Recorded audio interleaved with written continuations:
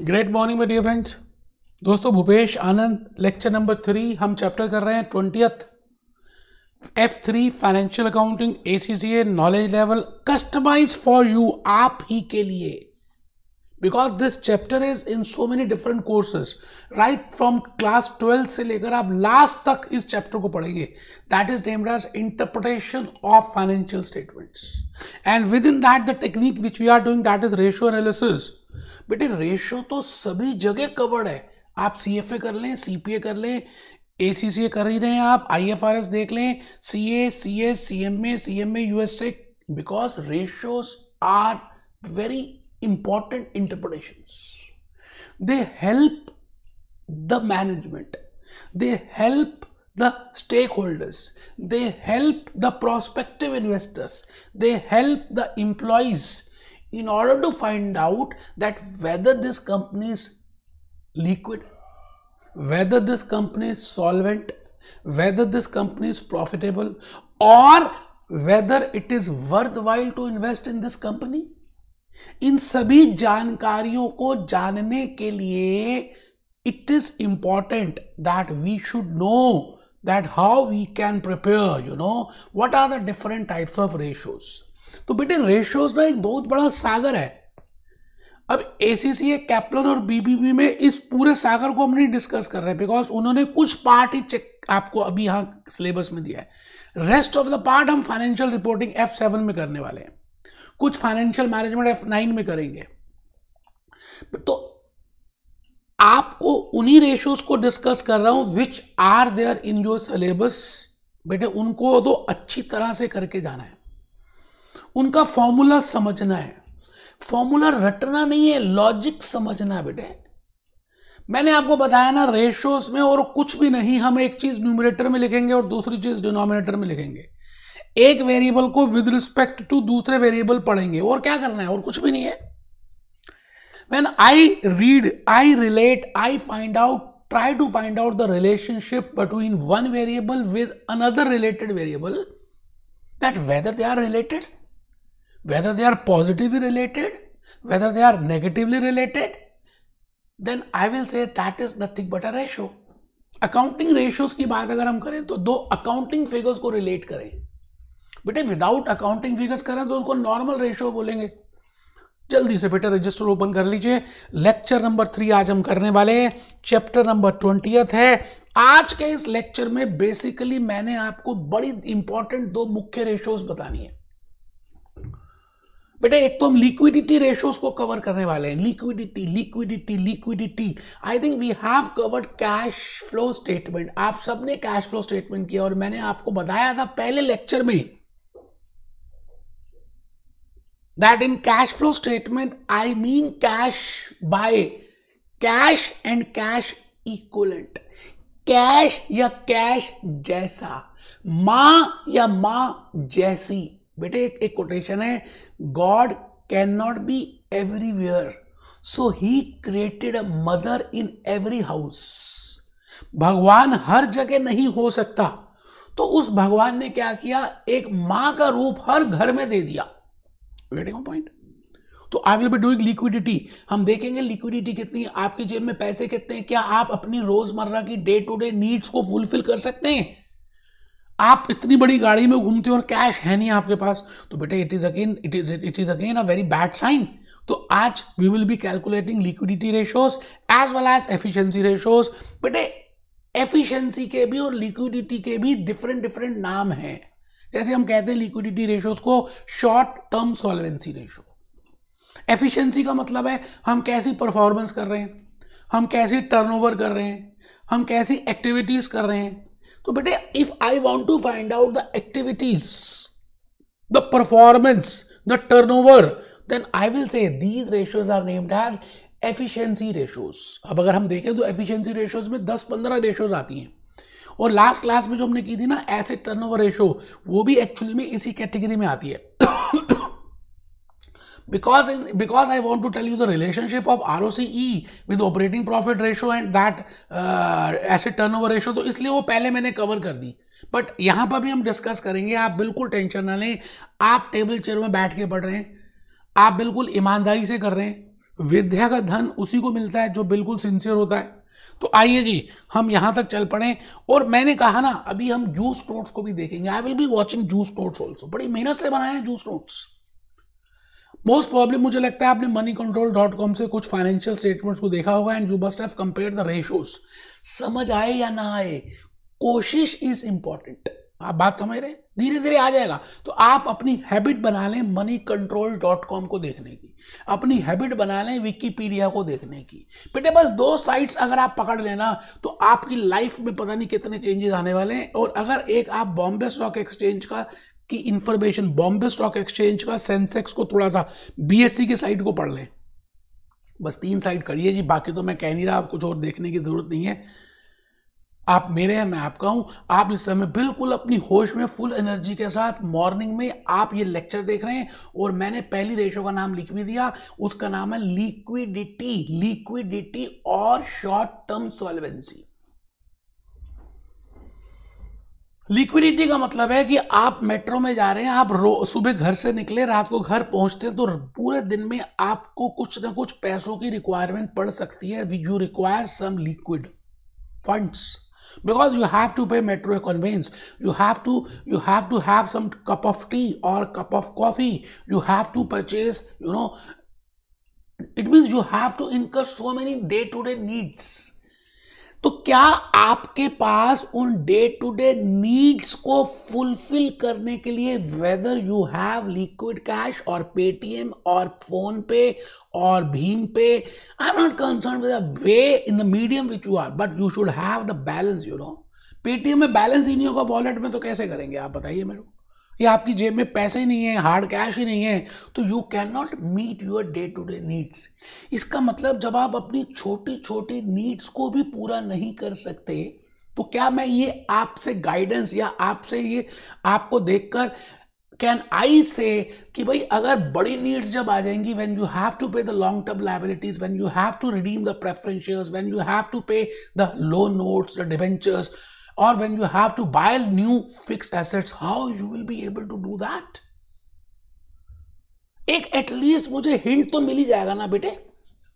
आपको बार बार बुखार होता है, ठीक है, बुखार नॉर्मल है, सबको होता है, बट आपको बार बार ही हो रहा है, it means it is a sign कि आपको बहुत बड़ी बीमारी हो सकती है। भगवान ना करे आपको, मैं तो कह रहा हूं, बंटी की बात कर रहे हैं, मैं तो बंटी के लिए बोल रहा हूं। तो बेटे छोटे छोटे रोजमर्रा के सर्दी जुकाम होना, बुखार आना, that is a small symptom, that is we know that liquidity ratios, solvency, short term solvency, because short term solvency gives me a hint that whether this company is reliable for a long term solvency. So I think you are getting my point. बेटे ratios आपने ये 12th class में भी किए हैं, formulas वही बताने हैं, current ratio upon current liabilities, quick assets upon quick liabilities. But the point is कि आज जब तक मैं वैल्यू एडिशन नहीं करूंगा, आपको एक नए ढंग से सोचने के लिए मजबूर ही नहीं करूंगा बेटे, तो फिर मेरा और आपका क्या फायदा? हम इतने लेक्चर्स अटेंड कर रहे हैं, फिर बेनिफिट क्या है? ठीक है, तो आइए बेटे पहली बात हम लिख रहे हैं, liquidity ratios, short term solvency ratios, in order to find out whether entity is able to meet its short term obligations, short term liabilities, current liabilities. मेरी देनदारी, क्या मैं अपनी देनदारी को पे कर पा रहा हूं या कर सकता हूं, या मैं इतना सक्षम हूं that I can pay my short term liabilities, my short term obligations. Now this ratio will help me to determine that. बेटे ब्लड टेस्ट आपने सुना होगा, लेकिन ब्लड के अंदर भी आजकल विटामिन डी, विटामिन के टेस्ट आ गए। भैया विटामिन डी का टेस्ट करा के बताइए, है ब्लड ही, लेकिन हम उसमें विटामिन का संख्या को चेक करने की कोशिश कर रहे हैं, विटामिन की मात्रा को फाइंड आउट कर रहे हैं। तो मैंने कहा है रेशो ही, बट लिक्विडिटी रेशो में we have a separate thought process and we want to calculate on that thought process. You getting my point? तो ए पॉइंट सबने लिख लिया, सर लिख लिया। बी पॉइंट बेटे, हम वैसे मैंने आपको बताया there are so many other ratios also which we will be doing in different courses में, मैं इसमें कुछ और भी कराता हूँ, but the point is we have to restrict because we are customize doing for ACCA। Liquidity ratios को मैंने 2 पार्ट्स में डिवाइड कर दिया, first is current ratio and second is quick ratio. Current ratio का दूसरा नाम है working capital ratio, working capital आपको पता ही है current assets minus current liabilities होता है, बट यहां पे माइनस नहीं करेंगे। मैंने कहा ऑल रेशियोज को हम एक वेरिएबल को विद रिस्पेक्ट टू दूसरा वेरिएबल पढ़ेंगे। It means numerator with respect to denominator, current assets with respect to current liabilities. तो आइए जी, मैं भूपेश आनंद आपके सामने अपनी ही होश में फर्स्ट रेशो आज के लेक्चर 3 में लिक्विडिटी के ब्लॉक में first ratio is current ratio. लिखना बेटे, मैंने मेहनत किया, पहले लिखा है, क्लास नोट्स बनाए हैं, नो डाउट इसके मैंने जूस नोट्स भी दिए हैं, बट बेटे आपको पता ही है ना, जब हम लिखेंगे तो हम आगे बढ़ेंगे, because in this class notes I have given a different thought process to you. मैंने यहां पे लिखा न्यूमरेटर डिनोमिनेटर, मैंने डायरेक्टली फॉर्मूला नहीं लिखा। मैं चाहता हूं कि आपको पता चले how to catch a fish. Whenever I want to formulate a formula, I will do something, one variable with respect to another variable। जो पहला वेरिएबल है वो न्यूमरेटर में लिखेंगे, जो दूसरा वेरिएबल है वो हम डिनोमिनेटर में लिखेंगे, और रेशो खुद ही बता देगी कि किस दो वेरिएबल्स को आप रिलेट कर रहे हैं। अगर आप 2-3 बार उसको ध्यान से पढ़ें, current ratio, working capital ratio, current assets minus current liabilities is working capital, so current asset with respect to current liabilities. तो देखिए बेटे, current assets upon current liabilities मैंने लिख दिया रीजंस। अब देखिए करंट रेशो आपकी ज्यादा है, ब्लड प्रेशर आपका ज्यादा है, तो बेटे ब्लड प्रेशर ज्यादा होने का किसी एंटिटी का बड़े सारे रीजंस हो सकते हैं। क्या पता आपको अभी अभी गुस्सा आया हो, क्या पता आप ज्यादा घी खाते हो, कोलेस्ट्रॉल बहुत ज्यादा हो, क्या पता आप योगा ना करते हो, क्या पता आप वॉक भी ना करते हो, क्या पता आप ज्यादा फैट्स वाला भोजन खाते हो।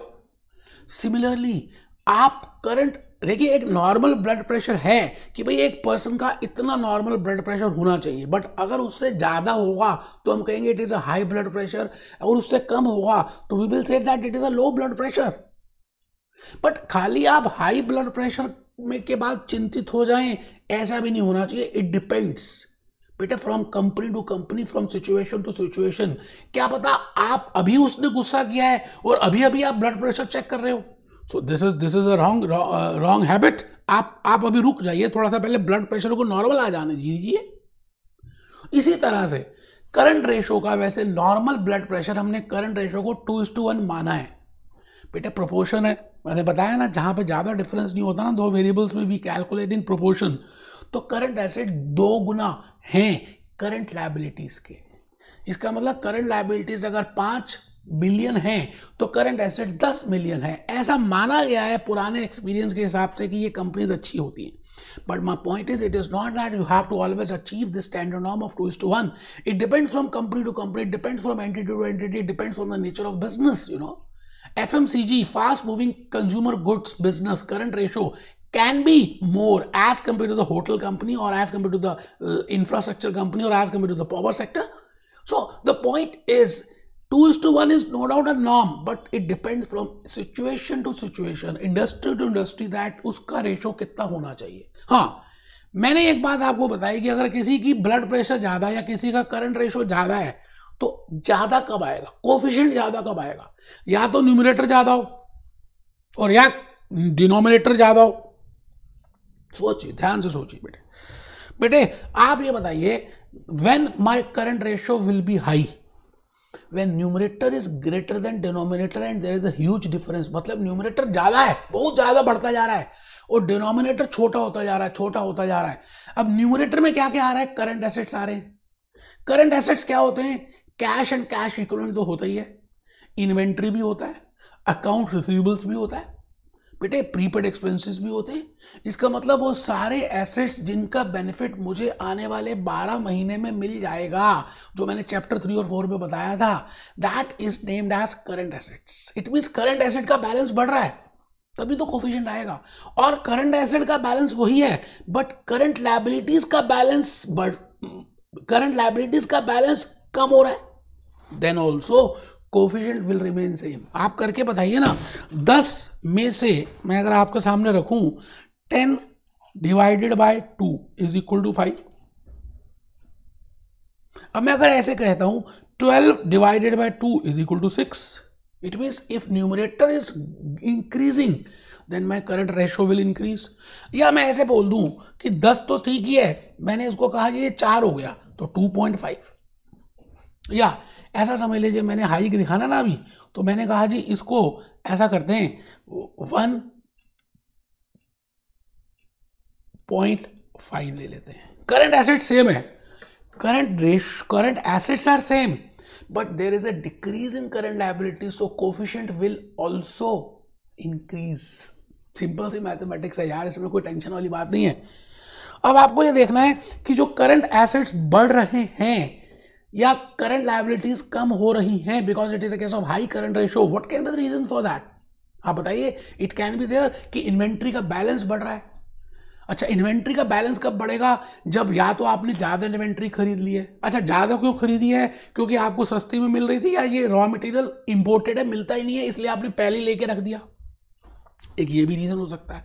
ये भी रीजन हो सकता है कि आपने जो इन्वेंट्री खरीदी है, अब आपका प्रोडक्ट इतना ज्यादा सेलेबल नहीं है, मार्केट में डिमांड नहीं है, because there are so many competitors, hence that inventory stock is piling up because you are not converting into finished goods, because your finished goods are not selling. So this can also be reason. अब ये रटनी थोड़ी है, आपको अपना mind use करना है कि numerator ज्यादा होने के क्या क्या चांसेस हो सकते हैं। इट मींस स्टॉक के क्या, what can be the chances that there is a increase in the stock. Similarly if there is a increase in the account receivable और द डेटर बैलेंस, तो what can be the reason for that? या तो आप ज्यादा उधार दे रहे हैं। अच्छा, आप उधार ज्यादा कब देंगे? डोमिनोज पिज्जा वाला क्या कभी उधार देता है? बेटा उसका सामान लाइन लग के बिकता है। अफीम स्मैक जो बेचते हैं क्या वो उधार देते हैं? बेटे लाइन लग के ब्लैक में मार्केट में बिकता है। लेकिन if my product is not saleable, you know, मेरा प्रोडक्ट सेलेबल नहीं है, समय लग रहा है, या मेरा प्रोडक्ट की क्वालिटी अच्छी नहीं है, due to so many reasons, I can liberalize my credit period, and due to that my debtors will increase, my balance of debtors will increase, my balance of accounts receivable will increase, and because it is increasing, so my current assets is increasing, and hence the balance is increasing, hence the numerator is increasing, and hence the net result by current ratio is increasing. अब इसी को आप opposite भी देख सकते हैं कि अगर करंट रेशो कम हो रही है तो क्या कारण हो सकते हैं। मैंने आपको सोचने का ढंग बताया, ठीक है जी। रेशो तो पहले भी आती थी आपको यार। तो reasons for high current ratio, increase in numerator. Now increase in numerator can be due to increase in inventory, increase in cash and cash equivalent, increase in debtors. अच्छा, अगर आप कैश ज्यादा रख रहे हैं अपने पास, it means you are not, it means you are missing your opportunity, you know, because if that cash would have invested in some other investments, I would have earned some interest on that. It means if you are keeping more cash, you know, my current ratio will increase. But the point is, it is a negative sign, because the negative sign is due to increase in, you know, increase in cash balance, and it is of no use. आप अपनी जेब में हमेशा 2,000 रुपए की पूरी एक गड्डी लेके चलते हैं, 2 लाख रुपए जेब में ही रहते हैं। बेटे क्या फायदा, चोरी होने का भी डर है, और जो पैसे आप इन्वेस्ट करते हैं अगर उसमें से कुछ रिटर्न अर्न कर सकते थे वो नहीं कर रहे। तो आपको अब समझ आ गया किस थॉट से सोचना है। बेटे आपको सब कुछ क्लियर हो जाएगा अगर ईमानदारी से थोड़ा सा थॉट अपना माइंड यूज करेंगे, ठीक है जी। तो आइए, मैं भूपेश आनंद आपसे ये कहना चाहता हूं कि if I want to compare a current ratio, I should compare a current ratio of similar companies. Hotel Maurya Sheraton की करंट रेशियो को ताज होटल से या हयात रेजेंसी के होटल से करंट रेशियो से कंपेयर करना चाहिए। ऐसा नहीं कि मोरिया शेरेटन को मैं रिलायंस जियो की करंट रेशियो से कंपेयर कर रहा हूं। It means like attracts like, आप जो सोचते हैं वही अट्रैक्ट होता है और वही आपकी लाइफ में आता है। आप रेगुलरली सोचना शुरू कर दें, मेरा F3 क्लियर हो गया, F3 क्लियर हो गया, हर एक घंटे के बाद पिक्चर बनाएं, विजुलाइज करें, ऐसा सोचें कि रिजल्ट आ गए और आप बहुत खुश हैं। अपने मम्मी को आवाज मारी, मम्मी आ गई, पापा भी आ गए और वो भी खुश है, और अपने वो दोस्तों को आप फोन कर रहे हैं, कितना खुशी का माहौल है। बेटे आप जो सोचेंगे वही होगा। इट मीन्स करंट रेशो जब भी आप कंपेयर करते हैं, it should have the similar industries, similar sector, similar companies, then only we can compare it. 8th class के स्टूडेंट का रिजल्ट क्या आप 12th क्लास के बच्चे से कंपेयर कर सकते हैं क्या? मुझे तो इतना बता दीजिए। How I can compare it यार? All subjects are different, all levels are different, knowledge level is different, thoughts are different. Yes, I can compare a 12th commerce student with 12th commerce, but I cannot compare 12th commerce with 12th science, because all the things are different, benchmarks are different. So the point is current ratio of similar sectors to be compared. मैंने example लिखा current Reliance Jio और current ratio with Domino's pizza. लिख लीजिए एक example. मैंने example वैसे बहुत सारे बता भी दिया, अभी मोरिया शेरेटन का रिलायंस जियो के साथ बताया। बेटा ये जो मैं बता रहा हूं ये आपको आता है, मैं आपको माइंड में खाली कल्टीवेट कर रहा हूं, ये थॉट से सोचना है और ये एग्जांपल्स लेके सोचना है। आप बस एग्जांपल का नाम लिखिए, ये थॉट्स में बोल रहा हूं, मैंने इन थॉट्स को अपने क्लास नोट्स में लिख दिया है, आप उनको लिखिए, मेरी बात आप सुन ही रहे हैं बस। उसके बाद अपने आप आपकी गाड़ी चलने वाली है। मैं तो खाली धक्का मार रहा हूं, आपको सब आता है, यू नो एवरीथिंग। आप हनुमान हैं, आपके अंदर अष्ट सिद्धियां हैं और 9 निधियां हैं। मैं तो धक्का मार रहा हूं बेटे कि आप हनुमान हैं, आप पवन के पुत्र हैं, आप कर सकते हैं। आपने सारे पेपर्स क्लियर किए, 11-12 तक भी किया, F1 क्लियर कर लिया, F2 क्लियर कर लिया, आप F3 कर रहे हैं। ठीक है जी। इफ लो, अब अगर करंट रेशियो लो है, ब्लड प्रेशर लो है, तो आपको उसकी भी रीजन देखनी है। तो बेटे आप बताइए करंट रेशियो लो होने के क्या रीजंस हो सकते हैं। या तो न्यूमरेटर कम है और या डिनोमिनेटर ज्यादा है, मतलब करंट एसेट कम हो रहे हैं, करंट लायबिलिटीज बढ़ रही हैं। अच्छा करंट लायबिलिटीज बढ़ रही है तो उसका मतलब आप पेमेंट नहीं कर रहे क्योंकि आपका ट्रेड पेबल बढ़ रहा है, आपके आउटस्टैंडिंग एक्सपेंसेस बढ़ रहे हैं। It means it is also negative sign because it will affect your reputation, it will affect your brand value and your current assets are decreasing. It means it can also be a sign that you are doing your job, you are at a very risky position because whenever the order comes और आपके पास अगर inventory नहीं है, because you are not keeping a inventory pile of stock, आप ज्यादा stock रख ही नहीं रहे, आप जस्ट इन टाइम सिस्टम में बिलीव करते हैं, जापानीज सिस्टम में बिलीव करते हैं।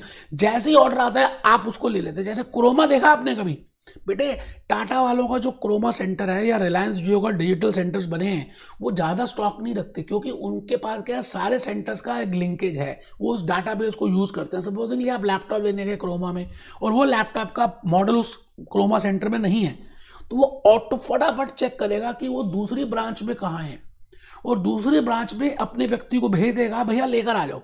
It means with one laptop they are doing so many, मैं अज्यूम कर रहा हूँ कि एक laptop. So the point is that there can be so many reasons, for a decrease in current ratio. So that's the same thing I am discussing with you. Seasonal nature भी हो सकता है ना। कई बार क्या होता है बेटे, मोंटे कार्लो वूलन गारमेंट्स बनाते हैं, पेप्सी को कोल्ड ड्रिंक्स बनाते हैं, कोका कोला कोल्ड ड्रिंक्स बनाते हैं। So the point is it can happen that Narula's ice cream, Vadilal Kwality ice cream.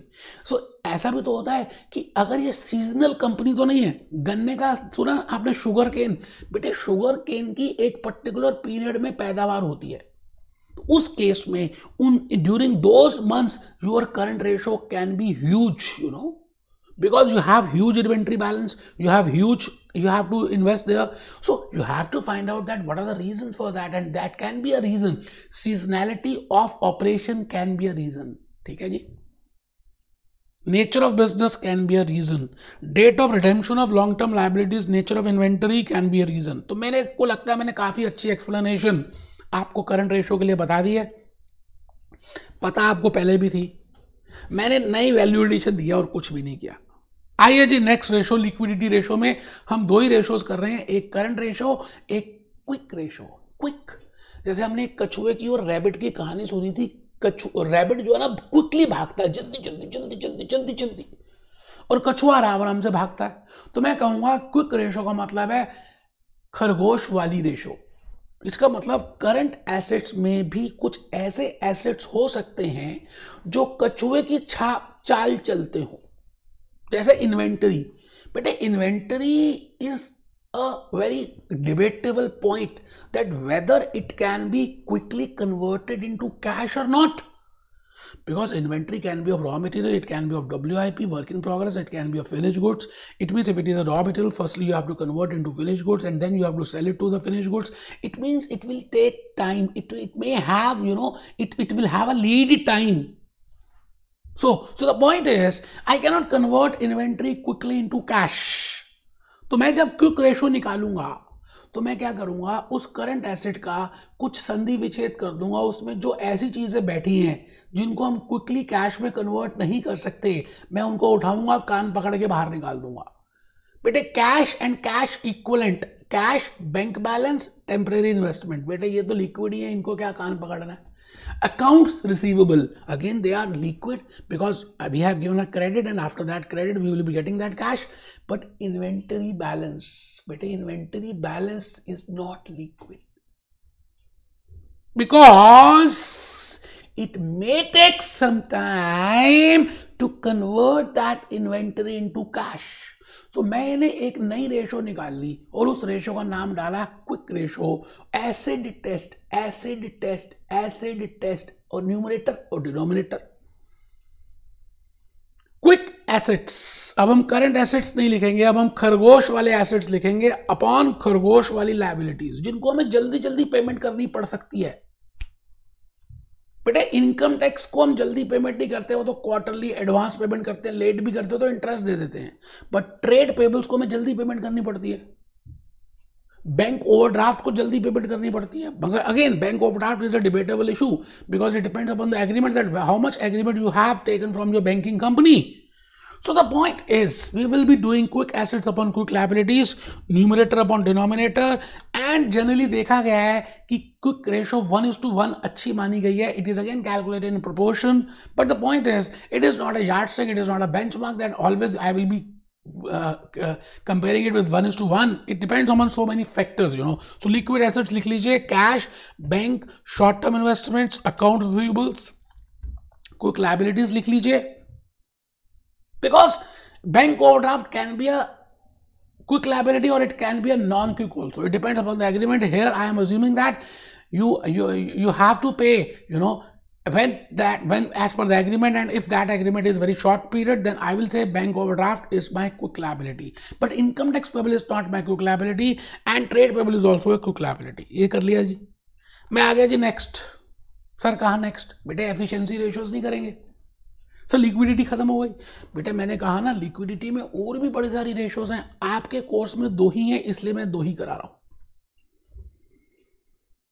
मैं भूपेश आनंद चाहता हूं कि आप एक बार जूस नोट्स भी निकाल लीजिए, सो दैट हम एक बार जूस नोट्स को देख लें कि भाई जूस नोट्स क्या कहते हैं. ठीक है जी. हमने लास्ट लेक्चर में रेशोज के ऊपर कुछ किया था और आई थिंक हमने अकाउंटिंग रेशोज, ऑब्जेक्टिव्स, ये सब पढ़ा था. ग्रॉस प्रॉफिट, प्रॉफिटेबिलिटी रेशोज भी देख ली थी. आज के इस लेक्चर में I am on to current ratio, that is liquidity ratio and quick ratio. Liquidity ratios are calculated to measure the short term solvency, ability to meet current obligations. The 2 ratios. बेटे ratios बड़ी सारी होती हैं, अब आपके course में 2 हैं तो इसलिए हम 2 ही डिस्कस कर रहे हैं. करंट रेशो, इसका मैंने करंट लायबिलिटीज का और यहाँ पर फॉर्मूला लिख दिया. बेटे करंट एसेट्स लिख लिया है ना, सिग्निफिकेंस लिख दिया है ना, the ratio should be reasonable ये भी लिख दिया. जरूरी नहीं है कि 2:1 बेस्ट हो. बेटे कई कंपनीज की 5:1 अच्छी होती है, क्योंकि डोमिनोज पिज़्ज़ा है वो सारा काम ही कैश में करता है ना, और जो सामान खरीदता है वो क्रेडिट में परचेज करता है. तो it depends from the industry to industry, from the nature of the business. तो आइए जी मैं आगे चलूं. Quick ratio is this quick asset upon this. Quick assets को बताया क्या है, इनका सिग्निफिकेंस बताया क्या है, एंड क्विक रेशो में दिस. बेटे आराम से देख लीजिए, मैं रुका हूं, मैंने सब बता दिया आपको. मैं अगर आज ये लेक्चर नहीं भी लेता ना तब भी चल जाता, बट स्टिल बेटे मैंने कहा ना कि मैं चाहता हूं कि आपको मैं कुछ वैल्यू एडिशन करूं, कुछ नया सोचने का ढंग आपको डाल दूं आज के लेक्चर से. ठीक है जी. नेक्स्ट रेशोज जब हम करने वाले हैं उसका नाम है एक्टिविटी रेशोज. बेटे एक्टिविटी, आप क्या एक्टिविटी कर रहे हैं, आपकी फिजिकल एक्टिविटी कैसी है, आप योगा कितना करते हैं, आप मेडिटेशन कितना करते हैं. तो अगर आप योगा करते हो तो हम ये कह सकते हैं कि भाई आप अच्छी एक्टिविटीज कर रहे हो, फिजिकल एक्टिविटीज हो रही हैं, आपकी बॉडी ठीक रहने वाली है. But if a person is not doing any activity, तो हम कह सकते हैं यार तो एक्टिविटी भी नहीं करता है, जो खाली खाता रहता है, तो तेरी तबीयत खराब है, हो जाएगी नहीं हुई तो. इसी तरह से एक बिजनेस एंटिटी की मैं एक्टिविटीज को चेक करूंगा कि वो एक्टिविटीज कैसी कर रहे हैं. उन एक्टिविटीज से I can calculate their performance, I can calculate their efficiency, and with the help of that I can जज that their future is better. Because more high the activity ratios efficiency ratios, turnover ratios, performance ratios, ये एक ही ratio के नाम है, मैंने 4 नाम बोल दिए। Better it is. आइए आइए थोड़ी सा पहले क्लास नोट्स लिखेंगे बेटे, बड़े ही प्यारे से मेहनत से बनाए हैं, तो मैं चाहता हूं आप आ जाइए रजिस्टर में, बेटे रजिस्टर में आ जाइए। एफिशिएंसी रेशोज नाम लिखा, एक्टिविटी नाम लिखा, परफॉर्मेंस नाम लिखा, टर्नओवर नाम लिखा, जैसे भगवान कृष्ण के बड़े सारे नाम थे। तो एक बात लिखनी है रोमन 1 में, these ratios indicate the speed at which activities of the business are being perform. Speed, किस स्पीड में आप कार चलाते हैं। बेटे आजकल तो हिडन कैमरास हैं, आपकी फोटो ले लेंगे, फुटेज ले लेंगे और आपका स्पीड आपके घर नोटिस आ जाएगा। इसका मतलब आप जो बिजनेस चला रहे हैं किस स्पीड में चला रहे हैं, कितनी स्पीड ऑफ एक्टिविटी है। तो these ratios indicates the speed at which activities of the business are being performed. Higher turnover ratios,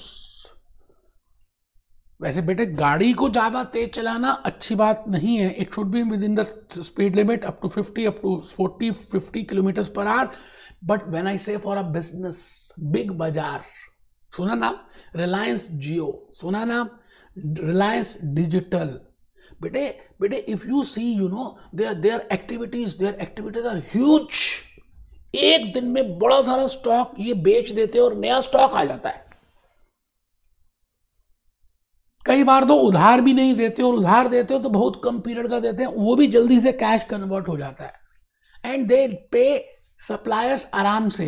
it means they are getting the credit from suppliers but they are getting the cash from customers and they are doing very good. It means ये company बड़ी अच्छी company है, healthy company है और इसका future बहुत बढ़िया है, ऐसा मान के चलते हैं। तो बेटे यही बात लिखनी है, higher turnover ratios means better utilisation of assets because it will give me a future result that profitability and efficiency will be there. बेटे इसलिए मैं ये कह रहा हूं टाइप्स ऑफ एफिशिएंसी रेशियोज भी 1000 होंगी, 1000 तो मैंने ज्यादा बोल लिया, 10-12 तो होंगी, but my point is that is not my course. मैं 4 ही रेशियोज करने वाला हूं, एक और भी है बेटा, ये भी है cash conversion, cash conversion cycle, ठीक है जी। तो we will be discussing with 4, हम 4 को डिस्कस करने वाले हैं। इन्वेंटरी टर्नओवर, हम इसकी एक्टिविटी देखेंगे, इन्वेंटरी की एक्टिविटी देखेंगे।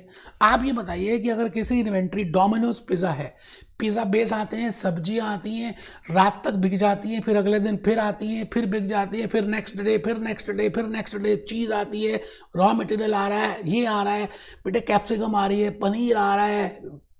It means they are purchasing, selling. It means they have a very huge inventory turnover. अगर आप हिंदी में देखें तो उसका मतलब क्या है, इन्वेंटरी टर्न, मतलब इन्वेंटरी कितनी बार बदलती है। टर्न का मतलब क्या, उसकी बदलना, अपनी शेप को कितनी बार बदलती है। बिकॉज व्हेन आई से inventory will convert it to finished goods to cash, it means I am converting more number of times my inventory. It is a very positive sign for me. You getting my point? You getting? तो बेटे inventory turnover ratio को पढ़ेंगे, आइए पहले उसी को देख लेते हैं। बेटे मुझे पता है ये आपने 12th में किया है, but again my thought processes, I should give you a special thoughts, you know, a special way of thoughts, a special way of thinking in inventory turnover ratio. वही फिर मेरे लिए एक रिवॉर्डिंग होगा कि आपको अलग सोचने का ढंग मैं मजबूर कर दूं। It determines the number of times inventory is converted into revenue, कितनी बार इन्वेंटरी कन्वर्ट हो जाती है और रेवेन्यू में कन्वर्ट हो जाती है। बेटे तभी तो हम कहते हैं वो इन्वेंटरी टर्नओवर रेशियो है। नाम भी तो बताया मैंने, इन्वेंटरी टर्न, इन्वेंटरी का बदलना, अपनी शेप से बदलना, क्योंकि आप जब इन्वेंटरी परचेज करते हैं it will be converted to finished goods, then to debtors, then to cash. ये कितनी बार हो रहा है, जब इन्वेंटरी चेंज हो रही है, मैं डेटर्स की बात नहीं कर रहा, when inventory is changing its shape, that is inventory turnover. So it determines number of times inventory is converted into revenue from operations during the accounting period. Numerator upon denominator, आपके Caplan में BBB में उन्होंने कुछ formula दूसरा दिया, अभी हमने formula देखना ही नहीं है, आप लॉजिकली पहले मेरी बात सुनिएगा। मैं आपसे कहने वाला हूं कि हमारे पास ऑन एन एवरेज कितना स्टॉक रहता है, आपके घर में कितना दूध हर समय रेफ्रिजरेटर में पड़ा रहता है। हम सुबह का दूध नहीं कर रहे, क्योंकि सुबह तो दूध आता है, तो सुबह तो ज्यादा होगा ही, और रात का दूध भी चेक नहीं कर रहे, क्योंकि रात को कम होगा, क्योंकि आपने कंज्यूम कर लिया होगा। हम पूरे दिन का ऑन एन एवरेज दूध देखते हैं कि आपके रेफ्रिजरेटर में कितना पड़ा हुआ है, तब तो मुझे क्लियर पिक्चर आएगी। मेरी बात आप समझ रहे हैं? अज्यूम करते हैं आप 5 लीटर दूध रोज परचेज करते हो, तो सुबह तो 5 लीटर होगा, रात पहुंचते 0 लीटर हो जाएगा। इट मीन्स मैं ऑन एन एवरेज चेक करूंगा कि मेरे पास ऑन एन एवरेज पूरे दिन में कितना, एकदम तो 0 नहीं हुआ होगा, ऑन एन एवरेज कितना स्टॉक ऑफ मिल्क पड़ा रहता है। So that with the help of that I will be calculating inventory turnover ratio. मेरी बात आप समझ रहे हैं? तो इन्वेंटरी टर्नओवर रेशियो में मैं देखूंगा कि मैंने टोटल कितना दूध लिया, और उस टोटल दूध में मेरे रेफ्रिजरेटर में ऑन एन एवरेज कितना दूध पड़ा हुआ है। इट मीन्स टोटल दूध विद रिस्पेक्ट टू दूध in the refrigerator, total milk I have bought with respect to the milk which is still there in my refrigerator. I am referring these two things, you know. So my formula will be cost of sales upon average inventory, not closing inventory. I am again talking of, when I say average, it means opening inventory plus closing inventory divided by 2. Average कैसे लेते हो आपको पता है, मैंने thoughts डाल दिया आपको कि हम इन्वेंट्री टर्नओवर रेशियो में क्या करना चाहते हैं। मान लेते हैं 5 लीटर दूध आप लेते हैं और 1 लीटर हमेशा पड़ा रहता है, शाम को 1 लीटर था ऑन एन एवरेज, तो 5 टाइम उसको आपने कन्वर्ट किया। इसी तरह से आप आइए देखिए मैं क्या लिखा, with the help of inventory turnover we can also calculate inventory turnover period. मान लेते हैं inventory turnover ratio is 6 times, assume कर रहे हैं।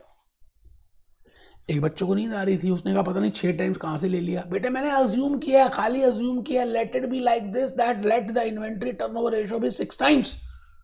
इसका मतलब 12 महीने में ये इन्वेंट्री 6 बार टर्न करती है, 6 बार टर्न करती है, 12 महीने में 6 टाइम्स टर्न कर रही है। इसका मतलब हर 2 महीने के बाद हम इन्वेंट्री को बेच देते हैं। It means after every 2 months the inventory is turning its shape, or it also means that after every 2 months we are selling it. Supposingly a company has a 12 times as inventory turnover ratio. इसका मतलब हर 1 महीने के बाद inventory is changing its shape. You getting my point? तो आप बताइए 6 times वाली entity ज्यादा अच्छी है या 12 टाइम्स वाली एंटिटी अच्छी है? बेटे 12 टाइम्स वाली ज्यादा एंटिटी अच्छी है, बिकॉज उनका स्टॉक पाइलअप नहीं होता। पहली एंटिटी में 2 महीने तक पाइलअप होता है, 2 महीने के बाद जाके कन्वर्ट होता है, दूसरी एंटिटी में 1 महीने के बाद ही कन्वर्ट हो जाता है। ठीक है जी, तो 6 टाइम्स इन दिस, तो मैंने यहां पे लिखा we can also calculate inventory turnover period 6 times. Assume करते हैं बेटा वो फॉर्मूला आपको दिया हुआ उन्होंने, मैंने लॉजिक बताया और उस लॉजिक से हम उसको फॉर्मूले को देख सकते हैं। 6 टाइम्स इन 365 डेज, या एक बार हो गया 365 दिन में, या then 1 time in how many days. भाई 6 टाइम्स कन्वर्ट हो रही है 365 डेज में। अगर डेज में निकालना है, मंथ्स में निकालना है तो 6 टाइम्स इन 12 मंथ्स। तो एक टाइम कितने महीने में होती है? तो 1 × 12/6 बेटे क्रॉस मल्टीप्लाई, इतना है तो इतना, इतना है तो कितना, 2 महीने आ गया। अगर डेज में निकालना है तो 1 × 365/6। मैंने डेज निकाले हैं 60.83 और इसका फॉर्मूला उन्होंने दे दिया जो नेक्स्ट पेज में मैंने लिखा है। फॉर्मूला बड़ा सिंपल है, मैं अभी बता दूंगा। 365 इन्वेंट्री टर्नओवर। अभी देख लेते हैं क्या है। हम उस फॉर्मूले को, इन्वेंट्री टर्नओवर फॉर्मूले को उल्टा कर देंगे। We will do opposite because we have just seen that we have related cost of sales with respect to average inventory. Now I will be doing average inventory with respect to cost of sales, but there is no need to learn that formula, my dear friends. Just have a look. आप उस inventory turnover ratio की interpretation से ही अपने आप formula बना सकते हैं। देखिए जी, मैंने लिख दिया inventory turnover inventory turnover period. If I want to find out then in how many months my inventory is turning over, how much period my inventory is turning over, inventory upon cost of sales into 365. वो मैंने आपको cross multiply करके बताया ना, तो जब cross multiply करेंगे तो 6 टाइम्स नीचे आ गया. 6 टाइम्स क्या है? Inventory turnover ratio. तो जब डिनोमिनेटर में इन्वेंट्री टर्नओवर रेशो आया, इसको मैं अगर न्यूमरेटर में लेके जाऊंगा तो बेटे इन्वेंट्री टर्नओवर में यहां पर क्या चीज आ रही है, इसकी जगह क्या लिख सकते हैं? Cost of sales upon average inventory. तो अब इसको अगर हम सॉल्व करें तो कैसे लिखेंगे? Average inventory upon cost of sales into 365. कर लीजिए, वो जाएगा. तो वो उन्होंने एक फॉर्मूला बना दिया. कोई घबराना थोड़ी है, किस बात का घबराना जा रहा है. एवरेज इन्वेंटरी यूज करते हैं. कई बार एवरेज नहीं दिया था तो क्लोजिंग इन्वेंटरी को एवरेज ही मान लेते हैं. उसकी टेंशन छोड़ दो. लॉजिक देखो बेटे, थॉट्स देखो, इंटरप्रिटेशंस देखो, reason for the difference in turnover ratios. अब बताइए जी, turnover ratio, inventory turnover ratio में क्या क्या कारण हो सकते हैं बदलाव के? अगेन चले जाओ बेटे. there can be a reason when there is a change in the numerator or there is a change in the denominator. जब न्यूमरेटर और डिनोमिनेटर में बदलाव आएंगे तो बेटे इन्वेंट्री टर्नओवर रेशियो में बदलाव आएंगे. अच्छा, न्यूमरेटर क्या है? Cost of sales. अच्छा, कॉस्ट ऑफ सेल्स क्या है? Purchase cost, production cost. If there is a change in the purchase cost. अच्छा, परचेज कॉस्ट में क्या है बेटे? Ordering cost, storage cost. आपकी दूध की कॉस्ट जब बढ़ जाएगी 5 लीटर की, न्यूमरेटर जब बढ़ जाएगा और कॉस्ट ऑफ सेल्स बढ़ जाएगा या डिनोमिनेटर कम हो जाएगा अगर मैं हाई इन्वेंट्री टर्नओवर रेशो की बात करूं. So this is not we have to find out the reasons that why there is an increase in the turnover, inventory turnover. Just by blindly we cannot say. No doubt higher the ratio better it is, but still we have to find out the reasons that what are the reasons for the increase in the inventory turnover ratio. तो वही बातें मैंने लिखी हैं. It can be due to nature of business और there can B inventory lower inventory turnover ratio. It can be due to nature of business. Domino's का inventory turnover ratio ज्यादा है as compare to Larsen and टोरबो, because Larsen and टोरबो बड़े बड़े contract लेता है, सी ports बनाता है, एयरपोर्ट्स बनाता है, रोडवेज बनाता है, तो टाइम लग सकता है. उनका inventory turnover there can be different. So we can not compare it. So it means higher or lower depends upon the nature of the business. Availability of raw material. अब कई बार ऐसा भी होता है बेटा कि हमारे को रॉ मटेरियल मिलता ही नहीं है, तो हम पहले से ही लेके रख देते हैं. हमेशा हमें पता चल गया कि अभी कोविड-19 की वजह से लॉकडाउन होगा, तो हमने दूध भी ले लिया, ये भी ले लिया, दालें भी ले ली, चीनी भी ले ली, वेजिटेबल्स भी ले लिए, फ्रूट भी ले लिए. हमारी रिक्वायरमेंट नहीं थी फिर भी ले ली. इट मीन स्टॉक ज़्यादा हो सकता है. सो इट डिपेंड्स कि whether that raw material is available और not. So we have to find out the reason for that. ठीक है जी, मैं आगे आ गया बेटे. मैं आगे आया डेटर्स और अकाउंट्स रिसीवेबल और टर्नओवर रेशो. बेटे मैं तो सिंपल सा बताऊंगा, उसके बाद धीरे धीरे चलेंगे. मैंने कहा अकाउंट्स और debtors receivable ratio. It means debtors turnover ratio. आप ऐसा सुनिए क्या मतलब है डेटर्स टर्नओवर. 3 बार बोलिए debtors turnover, debtors turnover, debtors turnover, debtors turnover. It means debtors कितनी बार अपनी शेप को टर्न कर देते हैं. अच्छा, डेटर्स क्यों टर्न करेंगे बेटे? जब डेटर्स हमें पैसे मिल जाएंगे तो automatically debtors will turn their shape to cash. It means if I say that in a company debtor turnover ratio is 4 times. बड़ा प्यारी सी बात बताने जा रहा हूं, आप ढीले पड़ रहे हैं बेटे, झुक के बैठे, थप्पड़ मारूंगा खींच के, लिख नहीं रहे. मैंने कहा अगर debtors turnover ratio in a company 4 times, 4 गुना है, इसका मतलब इस कंपनी के डेटर्स हर 3 महीने के बाद अपनी शेप को चेंज कर लेते हैं, या 12 महीने में 4 बार अपनी शेप को चेंज करते हैं, तो हर 3 महीने के बाद ही तो चेंज करेंगे. मैंने कहा किसी कंपनी की डेटा टर्नओवर रेशियो है 12 टाइम्स. तो आप बताइए जी 12 टाइम्स का मतलब क्या है? इसका मतलब 12 महीने में 12 बार अपनी शेप चेंज करते हैं. इसका मतलब after every 1 month they are changing their shape. It implies how many times accounts receivables are converted into cash. Numerator upon denominator हम फॉर्मूला यूज करते हैं. अब बेटे डेटर्स की मोहब्बत ना क्रेडिट सेल्स के साथ है, कैश सेल्स के साथ कभी अकाउंट्स रिसीवेबल्स नहीं आते.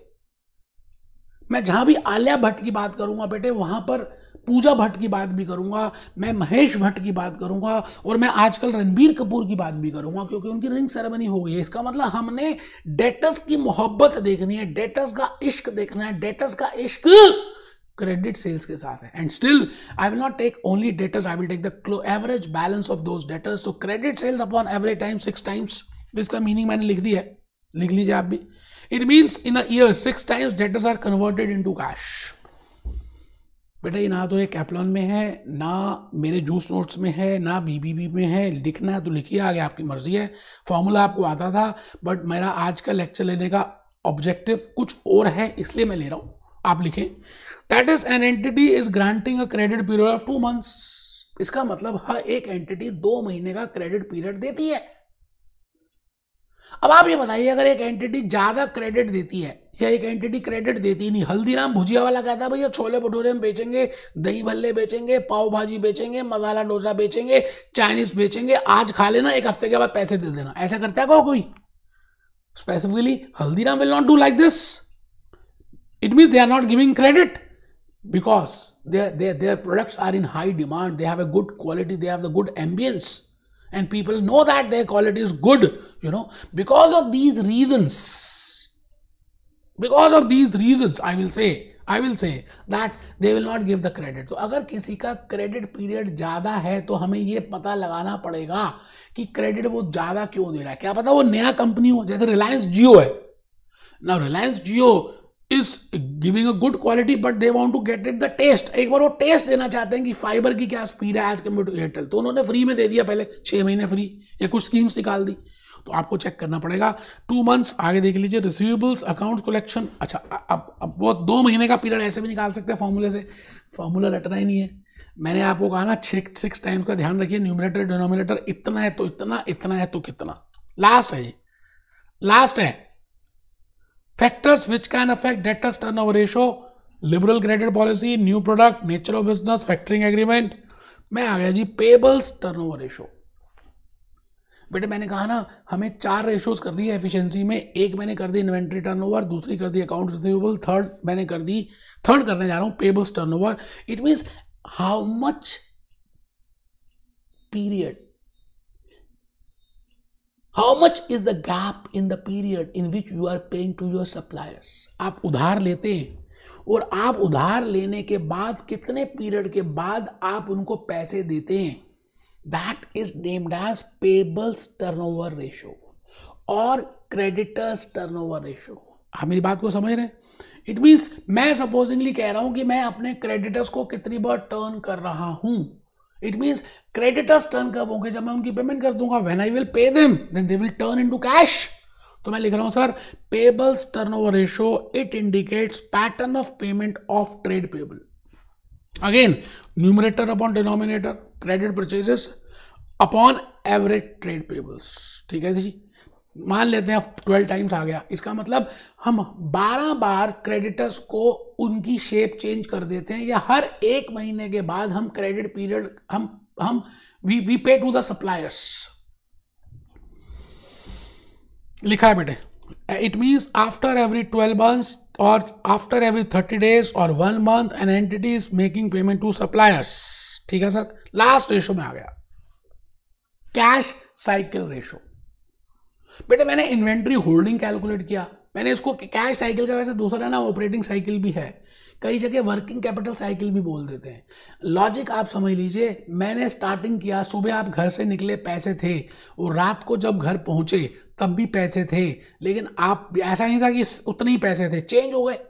जैसे एक एंटिटी है, उसने पहले रॉ मटेरियल परचेज किया, कुछ दिनों तक उसने रखा उसको, या उसको that entity takes some time to convert into finished goods, and then they have given the credit to their customers, so it will also take some time to get that cash, and then they have received some cash from credit from the suppliers. It means after some period they will pay.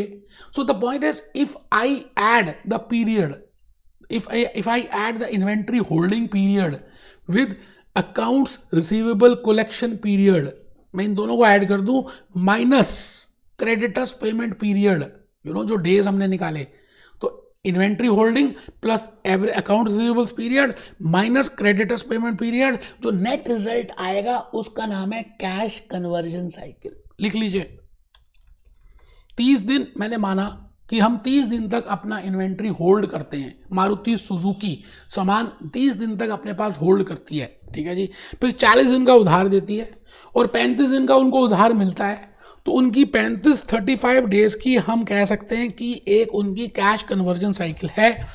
आइए जी एक बार मेरे juice notes में आ जाएं, आपको मैं उसमें से कुछ दिखाना चाहता हूं। हाँ सर बिल्कुल दिखाइए, हम जूस नोट्स हम अच्छे लगते हैं हमारे को सर। ठीक है जी, ये देखिए सर मैंने बड़ी प्यारी प्यारी चीजें लिखी हैं।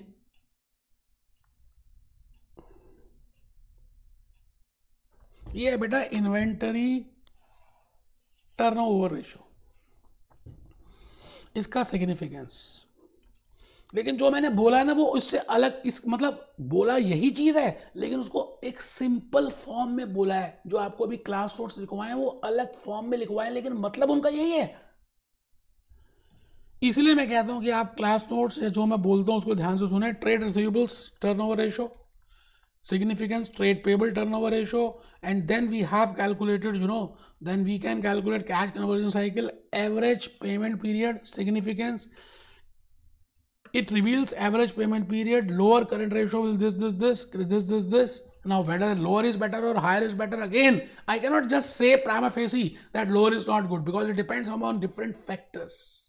होप आपको आज की दोनों रेशोज, लिक्विडिटी और एफिशिएंसी रेशोज का बेसिक क्रक्स समझ आ गया है। फॉर्मूले तो पता थे यार।